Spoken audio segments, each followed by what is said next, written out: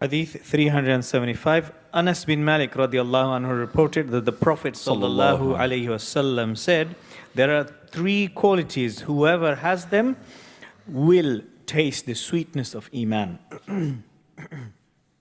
Number one, to love Allah and His Messenger sallallahu alayhi wasallam more than anyone else. number two, To love a slave of Allah only for the sake of Allah. and number three, And to abhor returning to infidelity after Allah to has kufr, saved him. infidelity, to kufr, to disbelief, Returning to disbelief after Allah has saved him from it, as he should abhor to be thrown into the fire of hell.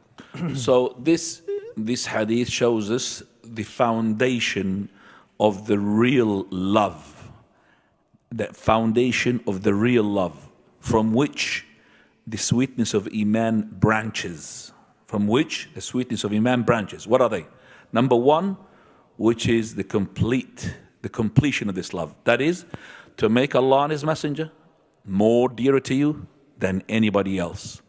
Because the love of Allah and His Messenger is not going to be enough except if you have the foundation of this love. So you have to have Allah subhanahu wa ta'ala and His Messenger more dear to you, more beloved to you than anybody else, than anything else. Whether it's money, whether it's children, whether it's property, whether it's fame, whether it's your father and your mother, whether it's your children, whether your wife. You have to love Allah and His Messenger. Second thing is the branch from this, which is that you love in the sake of Allah and you hate for the sake of Allah. So you love whom Allah loves and you hate whom Allah hates. Because He said, and yuhibb al-mar, to love the person, not because of his race, not because of his color, not because of his tongue, not because he's a next of kin, not. It's just because of Allah. And I hate him, not because he is, such and such race, or because of such and such thing. I hate him because of the sake of Allah. That means he did something which displeases Allah. That's why he displeased me. He did something which Allah made him to love, which made me to love him. That's how the foundation. The third thing, which is here in this hadith, is that the opposite. To push the opposite. So you hate what is opposite to the Iman, just like you hate the kufr and disbelief. So you hate the opposite of the Iman, which is the kufr, just like you hate to be thrown in the fire. Do you like to be thrown in the fire? Then you have to be the same power of your hatred to go back to disbelief after Allah shown you the Iman.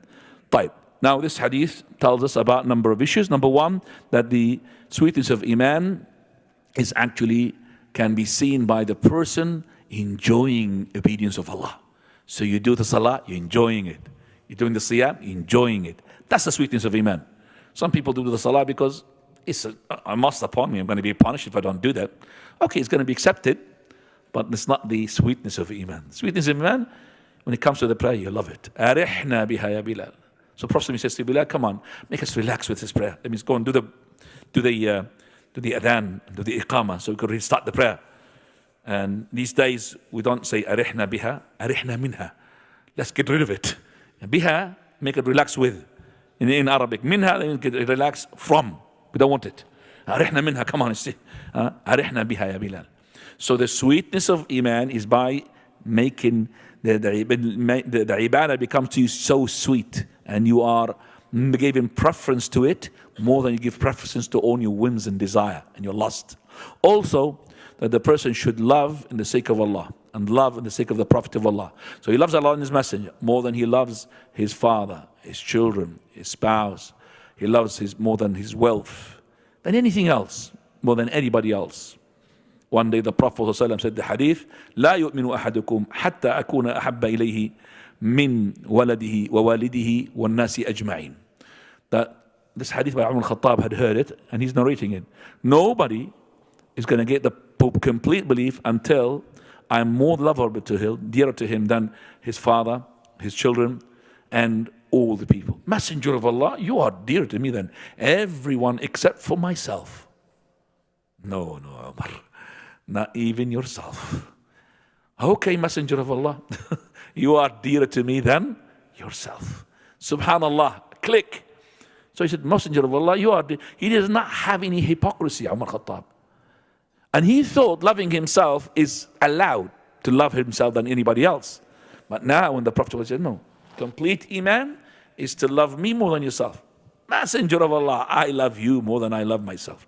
And he proved that as well in the time, radiallahu an, of the truce of Al-Hudaybiyah, when Al-Abbas radiallahu an saw Abu Sufyan, and he took him on the she-camel of the Prophet of Allah, and he wanted to get him some safety before anybody else lay a finger on him, because he was a kafir at that time, he might kill him. So as soon as he passed, Umar Khattab spotted him.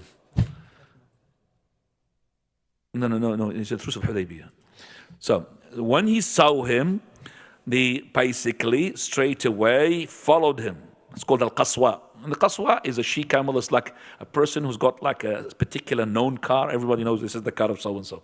So this is the she-camel known. This belongs to the Prophet of Allah. So who is that on top of it? Oh, Abu Sufyan, Aduwullah, the enemy of Allah. Allah brought him, just nice and easy. You could really kill him. But you can't kill him without the permission of the Prophet of Allah. Now he is heading towards the Prophet of Allah, and Sayyid Abbas, with the she-camel of the Prophet of Allah, he's heading as much as he can, as fast as he can to the Prophet, because he wants to take the safety before Umar Khattab take the permission, what? To kill him. So Al-Abbas went there, and the Prophet of Allah is behind. So Messenger of Allah, Abu Sufyan, blah, blah, blah, I want to give him safety. So in order to hear the Islam and the Deen, some safety. So the Prophet of Allah, he granted him the safety. Umar Khattab comes inside, Messenger of Allah, this is the enemy of Allah, has came on his own, easy killing. That's it. He's the head of hypocrisy. Kill him. Messenger of Allah, he said, I granted him the safety. So Abdul Khattab started arguing. Al-Abbas, he said, verily, if it was to be somebody else like your father, you would have done that. It's because he is from us, Quraysh. That's why you are saying that you want to go and kill him. And when Umar al-Khattab, he said, Al-Abbas, you're wrong. Verily, you know for a fact that when you embraced Islam is dearer to me than my father embracing Islam, because I know that the Prophet of Allah will be more happy with you embracing Islam than my father embracing Islam. Look at that. Do you understand what I said? That Umar Khattab, he said, you know for a fact that I has been more happy for you to embrace Islam than my father embracing Islam, because I know the Prophet of Allah loves your Islam than my father to embrace Islam. So there's no such thing. That's Umar Khattab radiallahu an, who loves the Prophet of Allah more than himself. طيب. Also, the connection and the relationship between the real believers has to be based upon the love of Allah. Cannot be anything else. Anything other than that will fall down. And also you have to hate, to return to disbelief and kufr, just like you hate to be thrown to the fire. So how can I hate to go back to the disbelief? By hating everything that will take you to disbelief, whether it's disobedience, whether it's sins. If you sin, repent to Allah straight away. So because the sins are the way to kufr, slowly. أسأل الله سبحانه وتعالى أن يحمينا وإياكم من المعاصي ونجعلنا ممن هم على لا إله إلا الله. طيب.